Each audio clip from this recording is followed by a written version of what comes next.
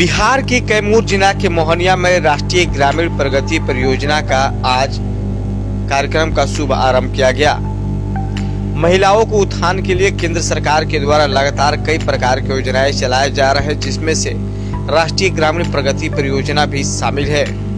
उसमें खासकर कन्या विवाह को लेकर कई प्रकार की योजना चलाए जाते हैं, जिसको लेकर मोहनिया विधानसभा के पूर्व प्रत्याशी और जनता दल यूनाइटेड के महिला मोर्चा के प्रदेश उपाध्यक्ष श्वेता सुमन भी मौजूद रही। उन्होंने कहा कि इस तरह से तमाम योजनाएं चलने से महिलाओं को सशक्तिकरण में बल मिलेगा और सरकार की हर योजना महिलाओं घर घर तक पहुंचाने में कामयाब रहती। जो बच्ची का फॉर्म भरा रहा है उसके शादी के समय उसको 75,000 का सामग्री दिया जाएगा।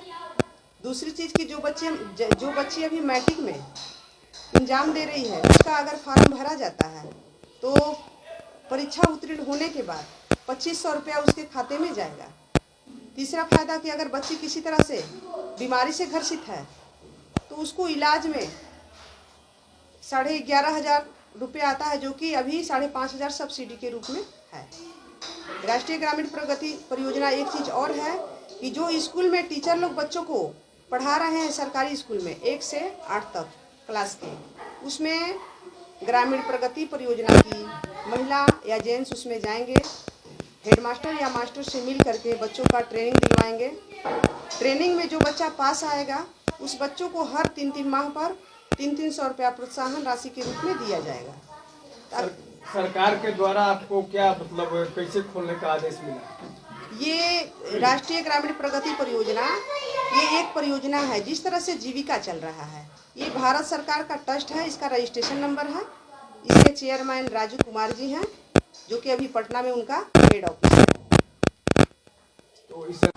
सबसे पहले तो मैं इंडिया बिग न्यूज़ के माध्यम से जो भी दर्शक हैं उनको नमस्कार करती हूं और इंडिया बिग न्यूज़ का भी धन्यवाद करती हूं कि यहाँ पे आए हैं कवरेज के लिए। मैं इससे जुड़ी नहीं हूं, लेकिन जो यहाँ पे जो जिला की कोऑर्डिनेटर हैं मैडम मीना जी, इस संस्था को बहुत अच्छे से देख रहे हैं। इनको जिला का प्रभार मिला है इसके लिए, और मैं इसके लिए जो केंद्र सरकार है, भारत सरकार है, जो मैं उसको धन्यवाद कहूँगी, और साथ ही साथ जो बिहार सरकार है कि लगातार महिलाओं के उत्थान के लिए ये सरकारें काम कर रही हैं। तो इसके लिए मैं धन्यवाद करूँगी केंद्र सरकार, राज्य सरकार को। और जो ये राष्ट्रीय ग्रामीण प्रगति परियोजना है ये बहुत ही अच्छी है, जहाँ तक मैं इसके बारे में जान पाई हूँ अभी तक, क्योंकि मुझे बहुत दिनों से इसकी जानकारी नहीं थी।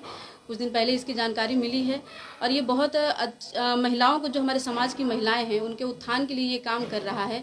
और जैसे कि बिहार सरकार हमेशा ही देखिए दहेज प्रथा हो, चाहे भ्रूण हत्या हो, चाहे जो भी महिलाओं पे अत्याचार हो रहे हैं उसको हमेशा ही रोकने का काम करती है। और इसके माध्यम से जब माता पिता पे इसके बोझ कम रहेंगे, सरकार जो कि मदद कर रही है, तो इससे भ्रूण हत्या भी रुकेगी। शिक्षा के लिए भी बहुत सारी चीज़ें ये कर रही है ये परियोजना।